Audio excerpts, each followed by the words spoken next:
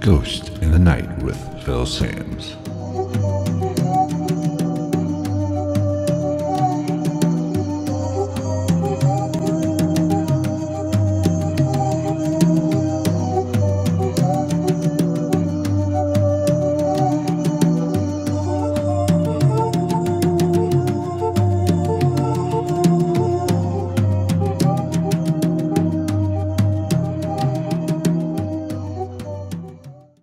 What is going on, everybody? Welcome to another episode of Ghosts in the Night, a hauntings and paranormal podcast. I'm your host, Phil Sams. Thank you for joining me for episode number 13. And in this episode, you're going to want to stick around. I have an interview with Annie Mick Cole. She's a blogger, and her blog is called The Ghosts That Know Me. She is fascinating. I really enjoyed talking to her. She has some great stories that she shared on the podcast, which you can find on her blog. So be sure to listen to the podcast, check out her blog, and let me know what you think. Be sure you can follow her at ghost_know_me. That's her Twitter handle. Check her out, follow her there. That's where I follow her at. So she's well worth following, and she's well worth checking out her blog. Before we get to the actual conversation, don't forget to subscribe to my YouTube channel. We do videos of every podcast. We do some highlights of investigation videos. It's really cool. I think you're going to like it. Be sure to subscribe. Be sure to comment, interact with us. If you have a ghost story you want to tell on the podcast, be sure to reach out to me. You can do that on Twitter.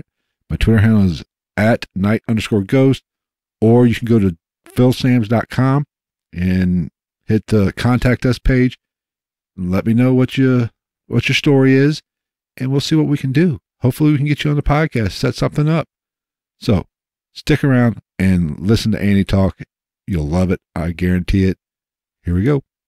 All right. On the line, we have a blogger from Florida, and her blog is called Ghosts That Know Me. Now, I'm with Annie Mick Cole. How are you doing tonight? I'm very good. How are you doing? Oh, just lovely. So you have a blog. How long have you been blogging? Just this year. Just this year? Yes. How exactly? And given the title of the blog, it's obviously a paranormal type blog, so hence why you're on this show, I guess. How did you get started in paranormal blogging? Well, I write another blog called Mitsubishi that's about luxury and lifestyle, and I was having a lot of paranormal experiences, and they really picked up after the deaths of some of my friends. And I was constantly telling people spooky stories, and, you know, you get the eye roll and you get the, oh yeah, she's crazy. And I decided to throw it into something to write about because writing is just my passion. And I figured there would be people that found the stories good, either for entertainment or if they believed in the paranormal. So that's how I got started, and it just really kind of took off, and people really enjoy it. So I enjoy writing it every week. That's great.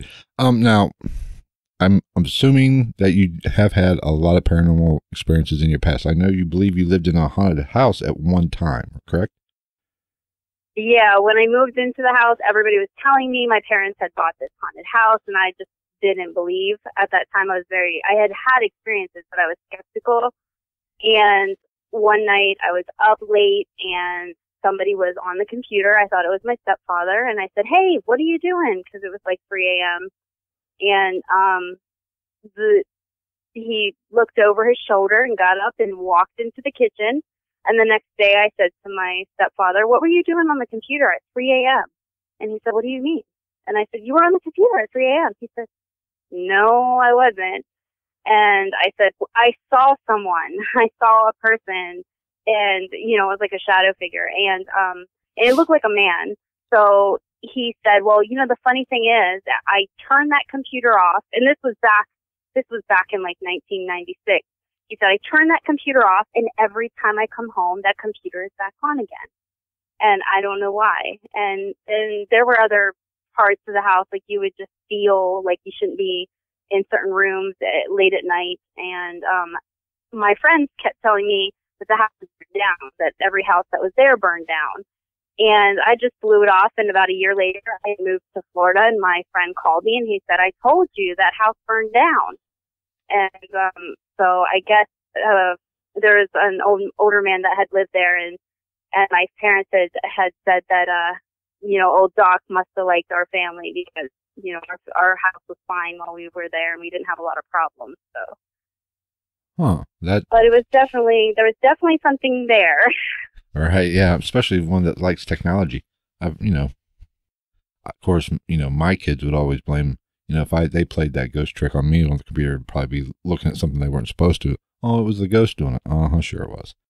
But, so how did you come up with the name, The Ghost That Knows Me?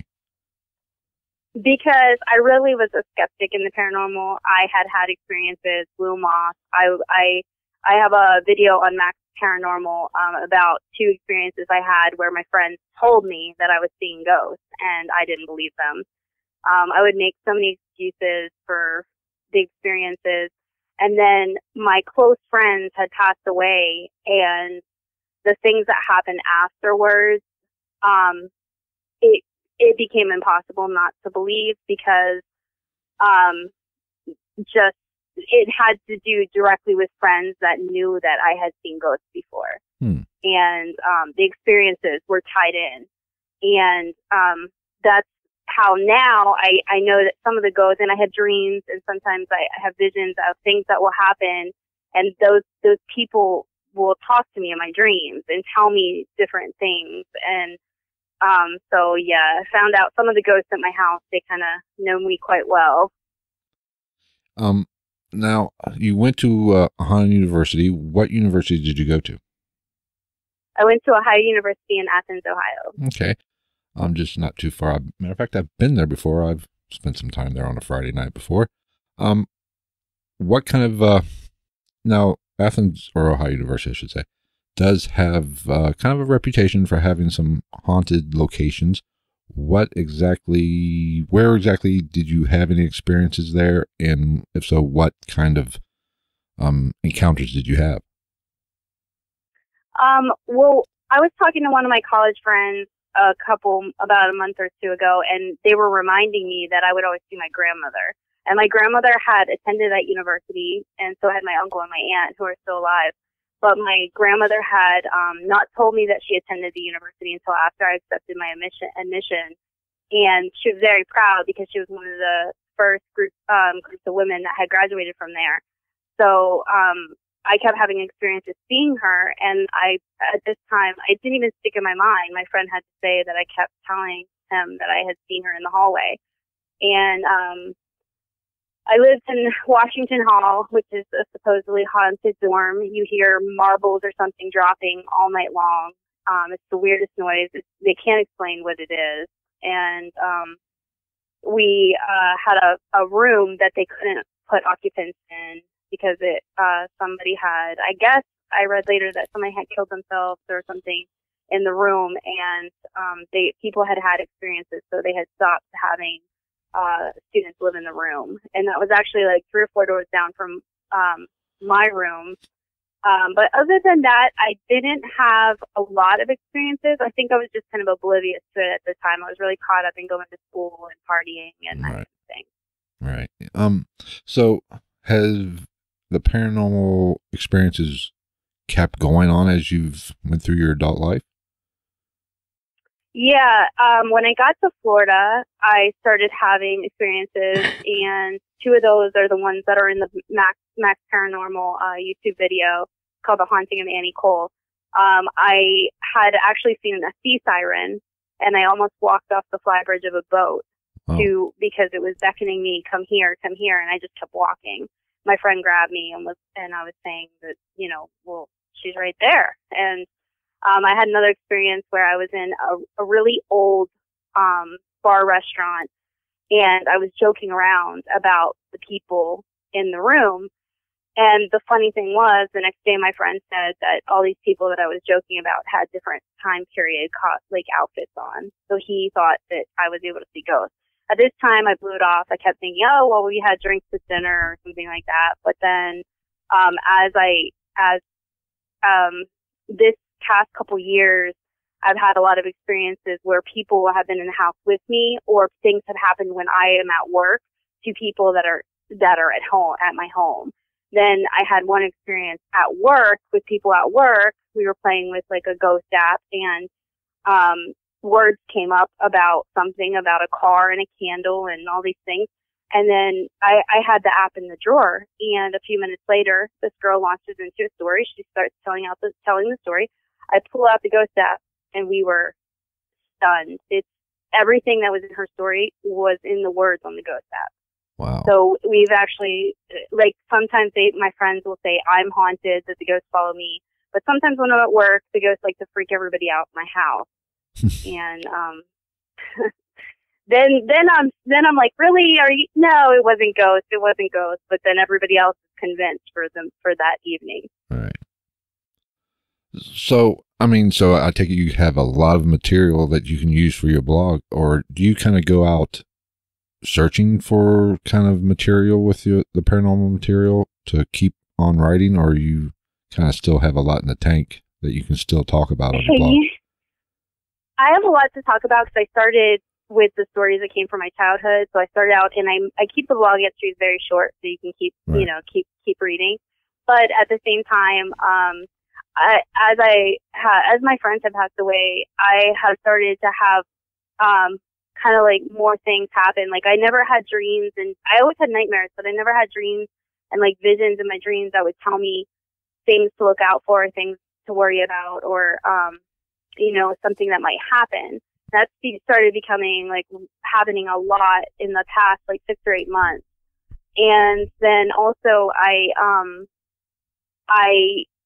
have never gone on any paranormal investigations. I don't really visit a lot of haunted places. I mean, I've been to museums here in Florida just for, to see the sights, but I've never sought out paranormal experiences. They've just kind of happened. And it's something that runs in my family. My cousins do some psychic work, and things happen to them too. Hold on just a minute, I have a call. Okay. Okay, sorry, it was beeping. So things happen to my relatives too, and so I haven't really sought out experiences, but I hear Ohio is a very haunted place, and I'm moving there December 1st. So. Yeah, well, when you get up here, let me know, and maybe I can just let you come with one of the group that I kind of go on some of my investigations with. They would love to have you and see what you experience there. Now, do you have any kind of, are you sensitive, or do you pick up on spirits fairly easy that you think, or do you think you're an actual empath or have any kind of psychic ability?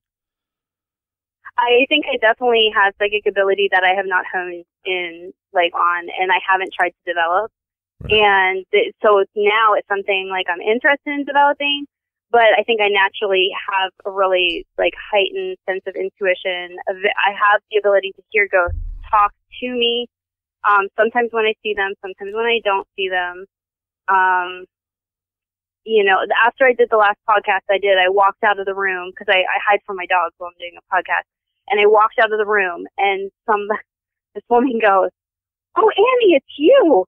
And her image came to my mind. I knew what she looked like. I didn't recognize her voice. I was freaked out. I was the only one home, left all the lights on, right, and was afraid to go to sleep that night. And then the next day, my husband's mother told me her friend had been her friend that had passed away had been visiting her in her dreams. Really?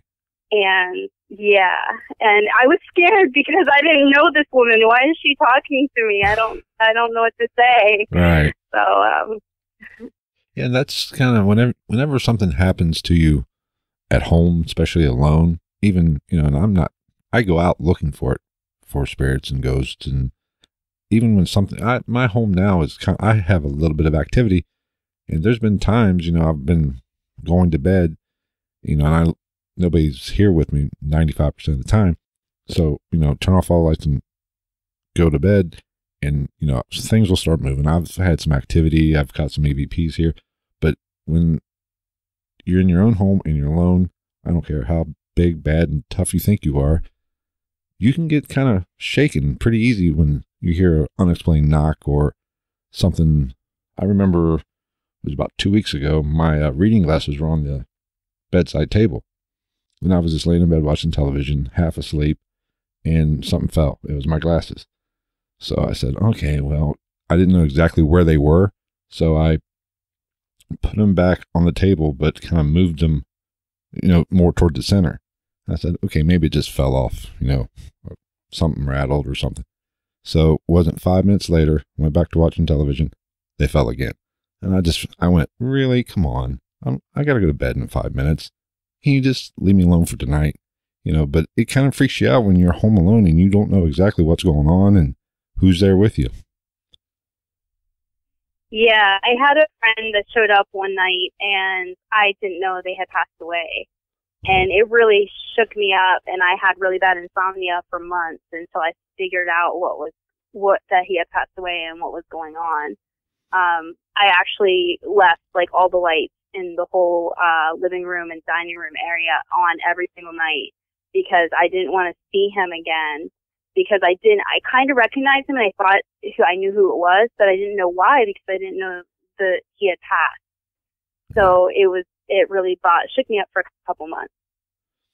Okay. Yeah. That whenever you have that kind of traumatic, it can play with your mind and really make things difficult for you to kind of focus. And especially if you have any kind of, abilities like what you seem to have and you just haven't honed yet, that can really weigh on your mind and kind of make things really stressful. I can see why you had insomnia there for a while.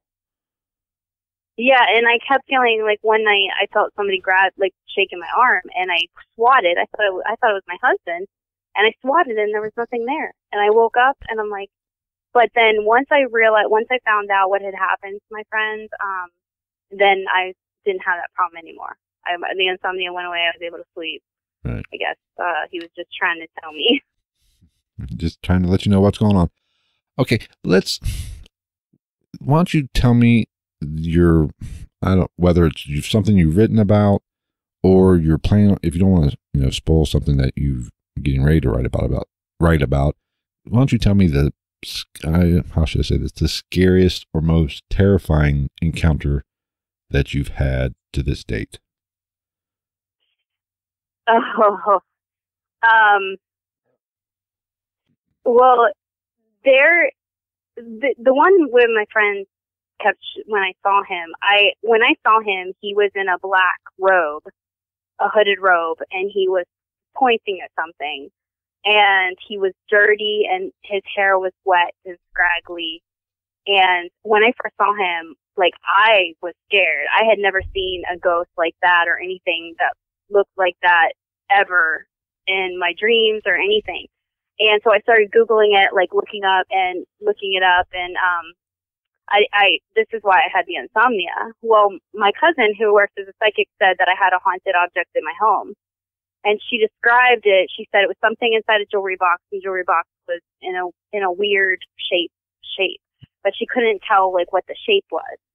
So she said, well, you're going to find it, and for some reason, you're going to find it somewhere where you didn't put it.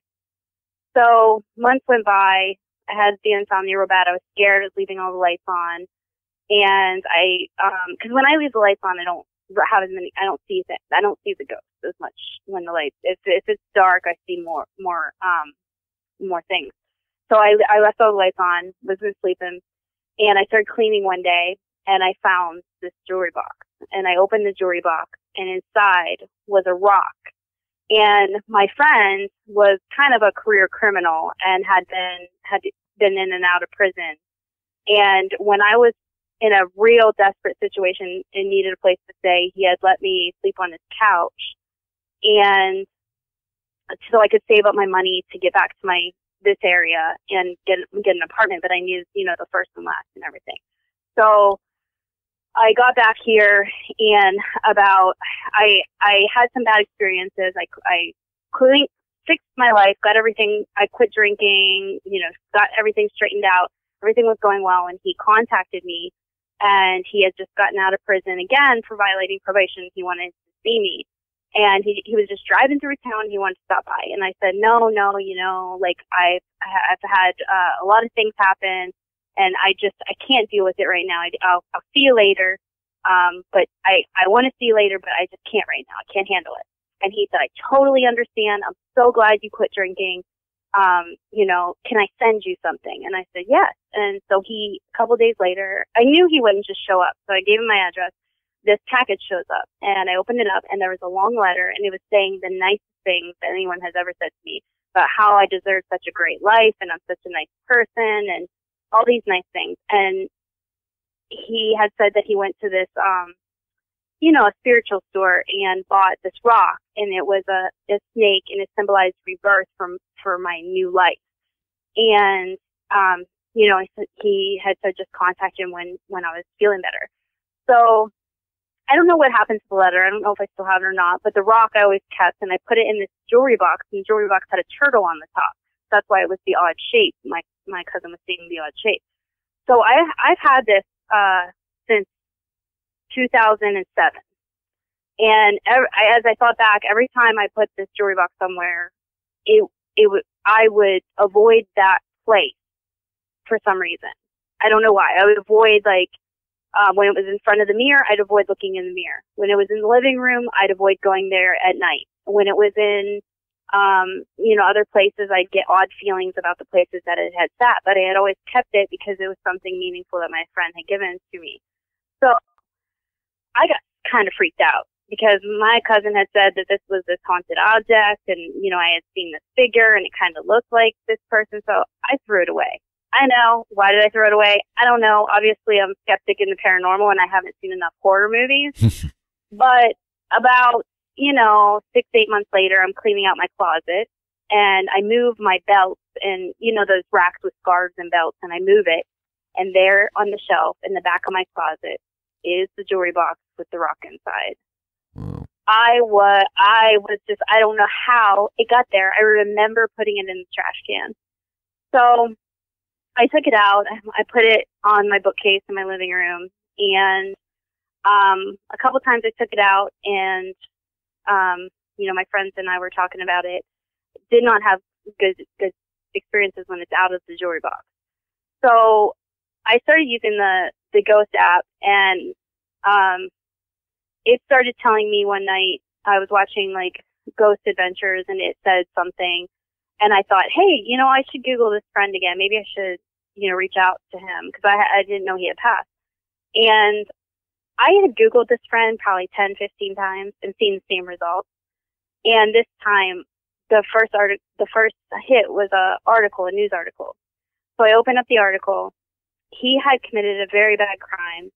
He had been put in jail for attempted murder, but nobody had gotten hurt, but he got charged with attempted murder. He was saying that he had some psych issues at the time, and they put him in a special ward, and he hung himself in prison. And so then, a couple days later, a week later, I was on the Ghost app, and it said hung, purgatory, and it started making jokes at me, telling me something I did that day, telling me I ain't no saint. And, I was like, that's really weird. So then I'd get on the Ghost app a couple of days later, it would say hung, purgatory. And I just feel like that is just really bizarre. And it kept doing that. So finally I said, hey, Jay, I get it. I saw the news article. You hung yourself in jail. It's okay. You're with me. Everything's fine. You're going to be happy. You'll stay with me. And after that, didn't have any problem with that spirit anymore. And so it was just very odd. It was a scary experience. And I still have the object, and I'm moving to Ohio next week. And honestly, I really think I'm going to mail the jewelry box and the rock, because I don't think I want to drive all the way across the country with that in my car. Yeah. So. Yeah, that's especially when you basically tried to get rid of it and it came back. But that's fairly common. I mean, really, I've heard several stories of objects like that. People losing them or actually trying to get rid of them, and next thing you know, it's right back where either they had it or it pops up somewhere else in the house. So it's kind of weird how that, you can't explain that. I mean, I don't care how skeptical you are. If that happens to you, it'll make a believer out of you pretty quick. Yeah. Yes, it did. So, then after that, some of my friends would say, there was a feeling like when I would come in the house or when I would leave. And my husband once said, I think you're haunted. And I said, why? And he said, because there's this feeling sometimes when you come home, and there's a feeling when you leave, like something is following you, like something's with you. But then there's been times that he has said he doesn't believe in the paranormal, and while I'm at work, things happen that scare him, like purposely scare him, and he thinks that it's that friend that Jay doesn't like, that he doesn't believe. Right. So. Yeah, but it's not uncommon, I should say, for people to have their own personal hauntings. I mean, I think my mother is actually. I mean, growing up, I lived in probably out of 11 places that I lived, and I think I even talked about it on the podcast at one point. But probably 3 or I'm just trying to think 1, 2, 4 of them had activity, including the place I'm at now. But we had I didn't know this till later. My mother had a friend that was a medium, not by occupation or anything. He just had that ability. And they were sitting at the house playing cards, whatever they do. And I guess he said something about there's somebody standing in the hallway. And he described her aunt to a T. I mean, it was, I don't know whether it was her guardian angel or what, but we would even hear a music box, and it was her music box at that particular house. And it's kind of weird, how they can attach to a person, especially, I understand family members, but when it's just a random spirit or a good friend, you think, maybe they'd hopefully would move on, but you never know, I guess. Yeah, well, one of my friends had told me, because they had heard, Jay actually had known that I had experiences. Mm-hmm. And then my other friend that kind of does things around the house, I told him about the jewelry box before he passed away, and he said, I believe you, and when I die, I'm going to haunt you because you will always know I'm there. Right. And that kicked off a whole bunch of other experiences that I'm currently writing about. Really? That's, yeah, he's always around. People joke around about that. You always hear somebody say, well, I'll come back and haunt you. But, I've always wondered, how much control do you have over that? I mean, but stories like that, maybe there is some control in where you spend your afterlife, I guess. So who knows? Yeah, sometimes some of my dreams, it's a whole nother episode to talk about my dreams, but some of the things that I find out in my dreams, I don't understand how it happens. I can't find an explanation for it. And, it seems like there's definitely an afterlife that, we don't really completely understand. And I think it might be better than we realize. It seems like they have a lot more freedom than we realize they do. Because that's one thing I've always wondered. There's every ghost hunting, or especially I don't want to say amateur ghost hunters, but all the ghost hunting groups, and YouTube's full of them. You always see them going to cemeteries. I'm like, really? When I die, if I'm wasting my time in a cemetery where my body is, most of us have body issues anyway. Why in the hell would we want to stay at a cemetery with our body when we're spirits and we can go pretty much anywhere? It's like a license to travel. I'm like, it'd be a waste of time for me to stay. I would be demonic at that point. If I have to spend my afterlife at a cemetery where my body is, I'm going to be one pissed off ghost. Yeah, that's true. Now, you've mentioned them a few times, and this is kind of leading into, I was going to talk about this on other podcasts. I've been playing it for about a month because I've had some experience and used them. These ghost apps, I have a complete and total love-hate relationship with them, but it seems like you've got some really compelling and credible usage out of them. I mean, I personally have never, I take that back. One time I got something that was relevant because I downloaded. Well, Go ahead. I've had them like try to show me how much they know. It's like, come on, you guys are show offs. Like they'll name every single one of my friends and their children and their cousin and their aunt, and it's not even like it'll name like somebody and their son and their aunt all at one time. And then I'll ask the person, like, who's this? And they're like, oh yeah, that's my aunt's name.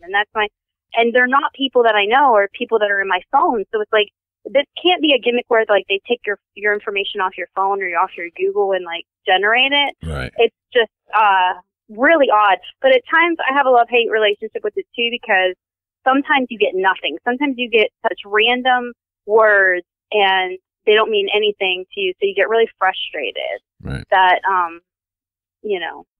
Because I was on an investigation, not too long ago, we went to Thornhaven Manor in Indiana, which had been on Ghost, if you're a fan of Ghost Adventures, they did an episode there.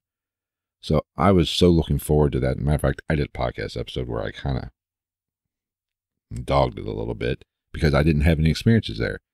I had downloaded that app, and since I wasn't getting any kind of experience, I didn't have any kind of, I'm not an empath or a medium at all. But I can sense a heaviness in the air if in an active place. I mean, I wasn't even getting that pit in your stomach you get in a place that you perceive as dangerous or haunted or whatever. So I kind of started goofing off with the Ghost app. And, we were getting some weird things, but nothing was relevant.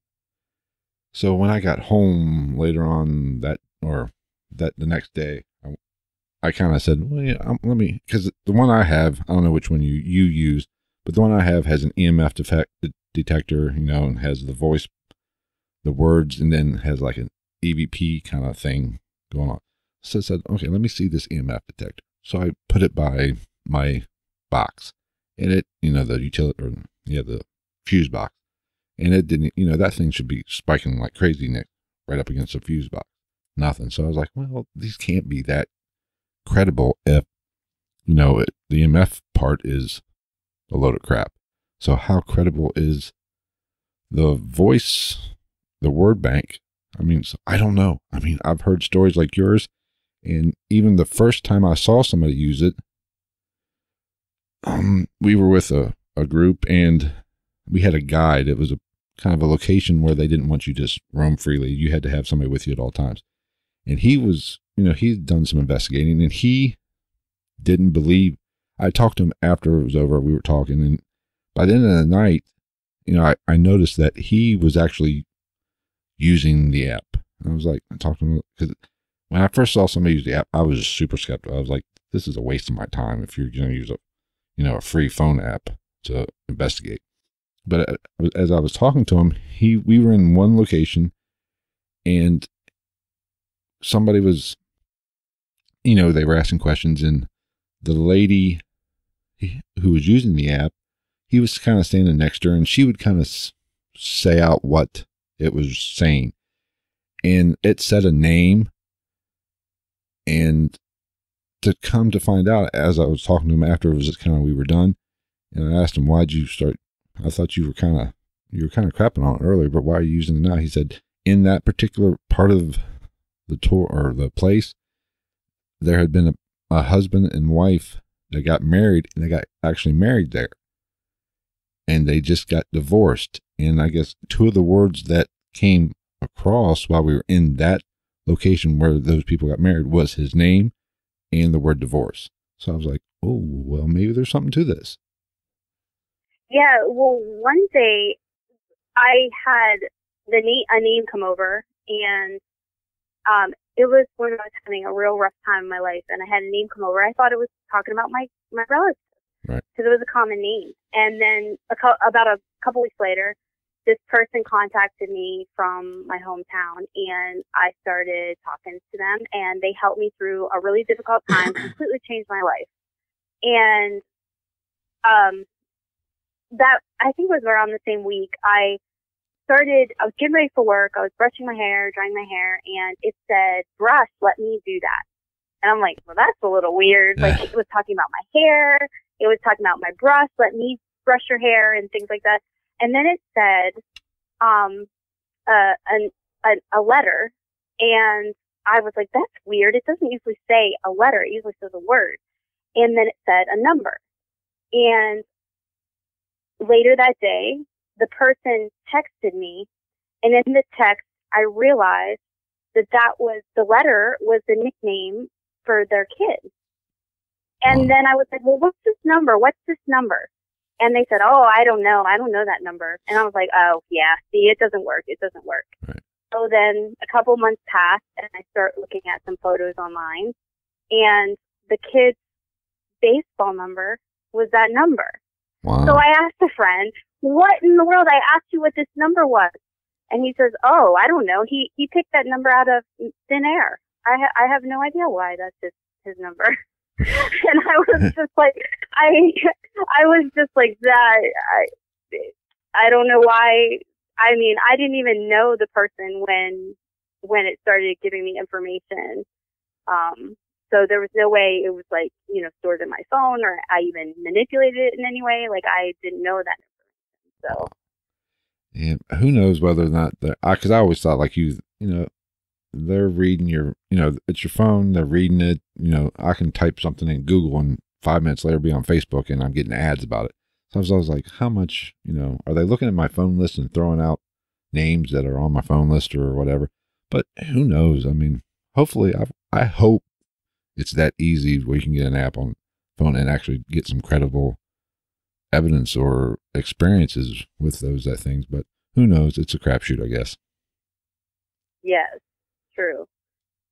Okay, so where can I know? What's the name? I'm sorry, not what's the name. Where can they find your blog? My blog is on Blogspot. It's theghost.nomi.blogspot.com. And then I'm also on Twitter. I post my links to my blog entries on Twitter at ghost know me. It's ghost_know_me. Yes, she is definitely a good follow on Twitter. That's pretty much how we connected on Twitter.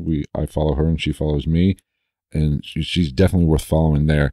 And I have recently, since we started talking, you know, and we were setting up this interview, read quite a few of her blogs. It's well worth the read. So head on over there and check them out. And now, do you do any kind of, I know you said you did some YouTube videos, but were they somebody else's you did for them, or do you do them yourself too? No, I don't do YouTube videos myself. I did a YouTube video for Max Paranormal. Oh, that's and right. He has some really good videos about haunted places and people that have been haunted. And the video on there is called The Haunting of Annie Cole. So be sure to check that out, and I'll put a link to that. If you, send me the links to all that, to that particular video, and I'll be sure to include in the show notes. Okay, and also I am moving to the southeastern Ohio area, and I've never been on a paranormal investigation, but I'm interested. So if anybody out there, you know, is interested in taking me along or taking me to any haunted places, you know, just contact me on Twitter. That sounds like a plan. And if you're really serious, I know you said you're moving the 1st. Yes, the 1st. So you'll be up. Are you going to be here the 1st, or you're leaving the 1st? I'll be traveling. I'm driving up there, so okay. Probably by the 3rd, 4th, 5th. Well, if you want to go on an investigation, we actually have an investigation planned. I don't know if you've heard about it, at Ross Opera House.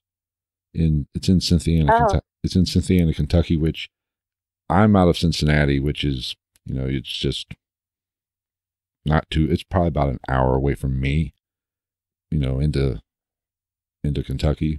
But, you know, you're more than welcome to come. I will talk to the rest of the guys and tell them that if you want to come, you come. And it's a good location. This is the second time I've been there. And, you know, you can YouTube, there's plenty of YouTube videos on this place. There's a lot of activity there. So far, it's probably my favorite location that I've investigated at that. So we're going the 8th. So if you want to go to that, you just let me know a little later if you're settled in with the move and everything. All right. Well, thank you so much for inviting me. I'm really excited to get back to Ohio. Oh, it's a lovely place, especially in the wintertime.